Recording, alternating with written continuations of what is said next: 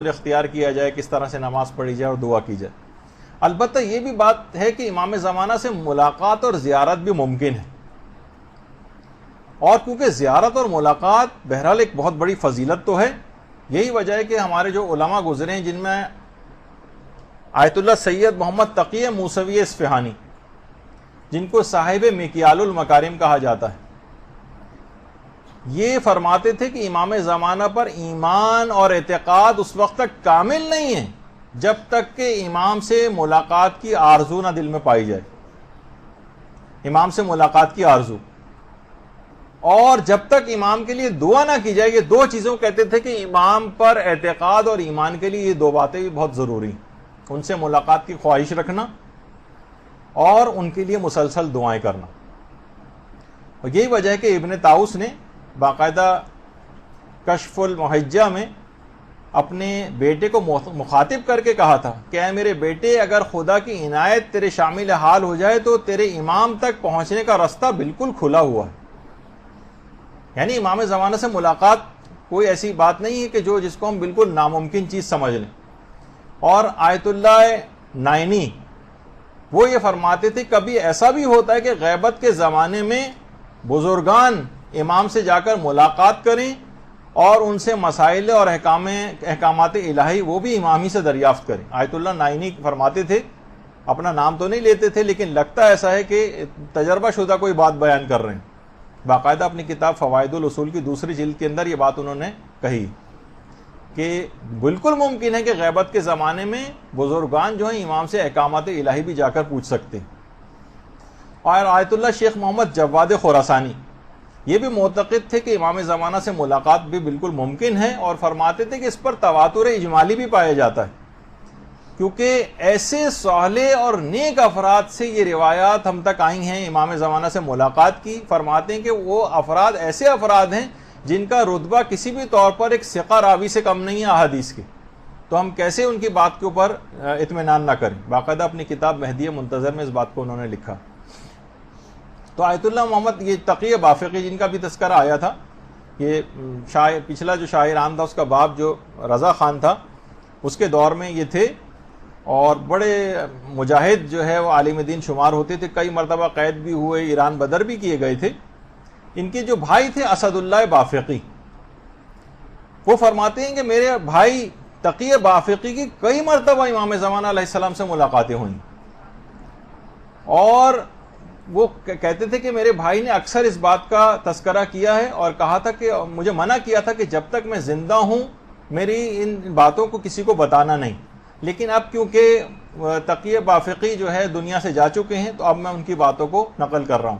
وہ خود فرماتے تھے کہ میرے بھائی نے مجھ سے کہا تھا، آیت اللہ تقی بافقی نے، کہ ایک دفعہ میں نے ارادہ کیا تھا کہ نجف سے قم اور مشہد پیدل جاؤں گا، نجف سے قم اور مشہد پیدل، ایران کی بات نہیں، اور ایک عراق کے اندر ہے اور دوسرا شہر ایران میں، پیدل جاؤں گا۔ اس زمانے میں فرماتے تھے کہ شدید سردیاں بھی تھیں، شدید سردیاں تھیں، رستے کے اندر پہاڑ بھی تھے، درے بھی تھے، شدید برف باری بھی ہو رہی تھی، میں رستے میں چل پڑا۔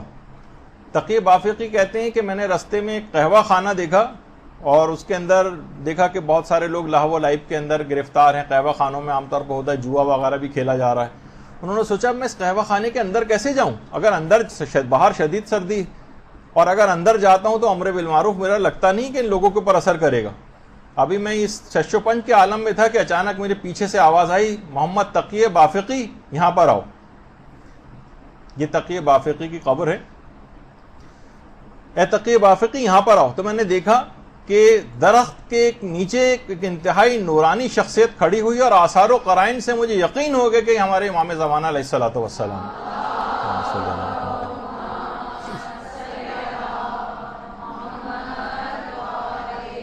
کہنے میں ساری رات وہاں پر اپنی استعداد اور قابلیت کے مطابق امام سے کسب فیض کرتا رہا۔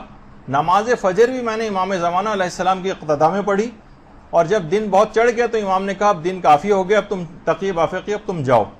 میں نے کہا مولا کہ یہ ممکن ہے کہ میں ہمیشہ آپ کے ساتھ رہوں؟ کہا کہ نہیں، یہ ممکن نہیں، البتہ میری تم سے 2 دفعہ بھی ملاقات اور ہوگی، ایک قوم میں ہوگی اور ایک مشہد میں ہوگی۔ اس کے بعد امام نظروں سے اوجھل ہو گئے۔ کہہ رہے ہیں اس کے بعد میں 3 دن تک قم میں رہا لیکن امام سے ملاقات نہیں ہوئی۔ اور میں بڑا دل گرفتہ تھا، یہاں تک کہ مجھے قم کے بعد مشہد بھی نکلنا تھا. جب میں قم سے باہر نکلا اور بہت دکھی دل کے ساتھ، تو اچانک سے مجھے کچھ گھوڑوں کی ٹاپوں کی آواز رستے میں سنائی دی. جب میں نے پلٹ کر دیکھا تو دیکھا کہ حضرت ولی اثر اجل اللہ تعالی فرجہ الشریف اللہم صلی علی محمد وعلی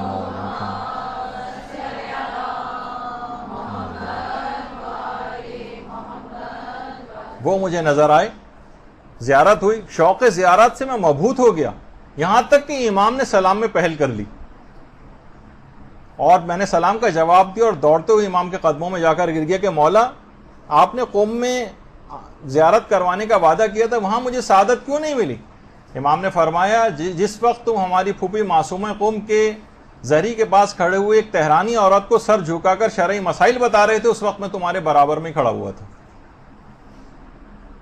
تو اس طرح سے امام ہمارے درمیان میں موجود ہوتے ہیں. ملاقاتیں بھی علماء کی ہوتی رہی ہیں، کتنی کتابیں ایسی لکھی گئی ہیں کہ جس کے اندر ملاقات امام کی تمام چیزیں آپ پڑھتی ہیں. تو تقی بافقی اس حد تک اس بات کے معتقد تھے اور قائل تھے کہ جب کبھی بھی ایسی کوئی ضرورت پیش آتی تھی فوراً اس وقت مسجد جمکران جاتے تھے اور وہاں جا کر امام سے متوسل ہوتے تھے اور اپنی حاجات شرعیہ جو ہے وہ پورا کرتے تھے. تو آپ بھی اگر اعتقاد کے ساتھ امام زمانہ کو پکاریں تو اور کوئی خدمت امام کی انجام دیں تاکہ آپ کی طرف سے ایک اسٹیپ فارورڈ ہو جائے، کچھ تو بات ہو، کوئی کسی کرائیٹیریا کے طور پہ پورا اترے، پھر دیکھیں امام کیسے آپ کی مدد نہیں کرتے. شیخ صدوق کی قبر مبارک ہے. وہ کہتے ہیں میں نے خواب میں دیکھا کہ میں طواف کر رہا ہوں، طواف کے بعد پھر میں حجر اسود کو چومنے کے لیے گیا اور وہاں کھڑا ہو کر میں حجر اسود کو چومتے وقت کی جو دعا ہے وہ پڑھ رہا تھا تو میں نے دیکھا کہ خانہ کعبہ کے بہت قریب حضرت حجت علیہ الصلوۃ والسلام وہاں پر موجود ہیں. اللہم صلی علی محمد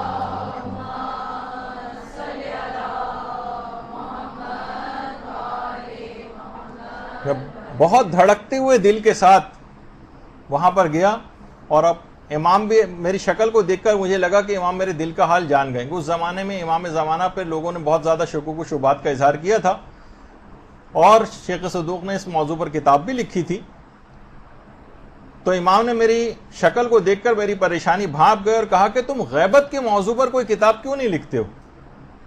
میں نے کہا مولا میں نے کتاب لکھی تو ہے. امام نے فرمایا نہیں، اس کتاب کی بات نہیں کر رہا، اس طریقہ کار کی کتاب تو تم لکھ چکے ہو، میں اس سے ہٹ کر ایک ایسے غیبت کے موضوع پر تم کتاب لکھو کہ جس میں دیگر انبیاء کی غیبتیں بھی بیان کی گئیں. اور امام نے جملے کہے اور امام اس کے بعد غائب ہو گئے. شیخ صدوق فرماتے ہیں کہ میں بیدار ہوا اور طلوع فجر تک میں مسلسل دعاؤں کے اندر اور مناجات کے اندر اور گریہ وزاری کے اندر مشغول رہا اور اس کے بعد نماز فجر پڑھنے کے بعد میں نے فوراً وہیں سے ہی کام اسٹارٹ کر دیا اور کتاب لکھنا شروع کر دی اور اس کے بعد کمال الدین و تمام النعمہ کے نام سے ایک کتاب لکھی. تو جن تاریخ میں جن افراد کے بہت سارے انبیاء کی غیبت مشہور رہی ہے وہ تمام چیزیں پھر اس کے اندر انہوں نے شامل کی، کون کون سے نبی جو ہیں اس طرح سے غائب رہیں. اور کمال الدین و تمام النعمہ کے نام سے یہ کتاب مکمل کی اور اسی کتاب کے اندر ہی انہوں نے شیخ صدوق نے اس واقعے کو لکھا ہے. تو اس لحاظ سے آئمہ دیکھیے امام نے اس ملاقات کے اندر بھی ایک اور نیا کام دے دیا شیخ صدوق کو، جبکہ شیخ صدوق اس موضوع پہ کام کر چکے تھے. یعنی امام آپ کو اپنے ماننے والوں کو جن کو بھی امام ملاقاتیں بھی کرتے ہیں کوئی ایک صلاحیت کم سے کم اس کے اندر ہونی چاہیے، امام کی کسی خدمت کے وہ قابل ہونا چاہیے. تو پھر اس کے بعد تو ملاقات کا شوق بھی رکھے، صرف ایسی ایک فوٹو کی طرح سے امام کو آپ نے دیکھنا ہے کہ بس زیارت ہو گئی کافی ہے، دیکھ لیے شکل مبارک نورانی سی شکل تھی، اس کے بعد ویسی زندگی گزار رہے ہیں. اس قسم کی زیارتوں کا جب بھی ہمیں زیارت ہوتی بھی نہیں نہ، کیونکہ اس کا کوئی فائدہ نہیں ہے. ورنہ تو امام ظہوری نہ کر لیں، سب کو اپنے جو ہے وہ رخ مبارک دکھاتے رہیں، لیکن نہیں، وہ مصلحت کے خلاف ہے اور آپ کو کچھ اس دوران کام کو انجام دینا. تو اچھا، اب اگر ظاہر ہر شخص چاہتا ہے، جیسے کہ ابھی آپ نے سنا تقی موسوی اصفہانی کا کہ ایمان میں شامل ہے امام زمانہ سے ملاقات کی خواہش. آیت اللہ عبد الکریم کشمیری فرماتے تھے جتنا شدید تقوی آپ اختیار کرتے چلے جائیں گے اتنا ہی امام زمانہ تک رسائی کی راہ ہموار ہوتی چلی جائے گی. جتنا تقوی شدید ہوگا اتنا امام تک پہنچنے میں آسانی ہوگی. اور فرماتے تھے کہ اگر آپ چاہتے ہیں کہ روزانہ 1 گھنٹہ حضرت حجت کی خدمت میں ان کے ساتھ بیٹھیں تو خلوت کی جگہ پر زیارت آل یاسین پڑھیں. اگر آپ چاہتے ہیں کہ روزانہ 1 گھنٹہ امام زمانہ کی خدمت میں حاضری دیں, وہ تمام فیوز و برکات حاصل کریں جو 1 گھنٹہ امام کی محفل میں رہنے سے حاصل ہوتے ہیں, تو کہتے تھے کہ خلوت کی جگہ پر زیارت آل یاسین پڑھیں. اور وہ فرماتے تھے کہ اگر آپ یہ چاہتے ہیں کہ طولانی مدت تک حضرت حجت کی بارگاہ میں حاضری دیں, 1 گھنٹہ تو بہت کم ہے, تو فرماتے تھے پھر روزانہ سورہ نور کی تلاوت کریں 1 مرتبہ روزانہ. وہ طولانی مدت تک جتنے فیوز و برکات آپ کو امام کی خدمت میں رہنے سے حاصل ہوتے ہیں وہ سب سورہ نور کی تلاوت سے روزانہ کی بنیاد پر حاصل ہو جائیں گے. دیکھیے بہت اہم باتیں عرفاء نے ایسی باتیں بتائی ہوئی ہیں, لیکن کم علمی جہالت اس کی وجہ سے ہم ان چیزوں سے فائدہ نہیں اٹھا پاتے.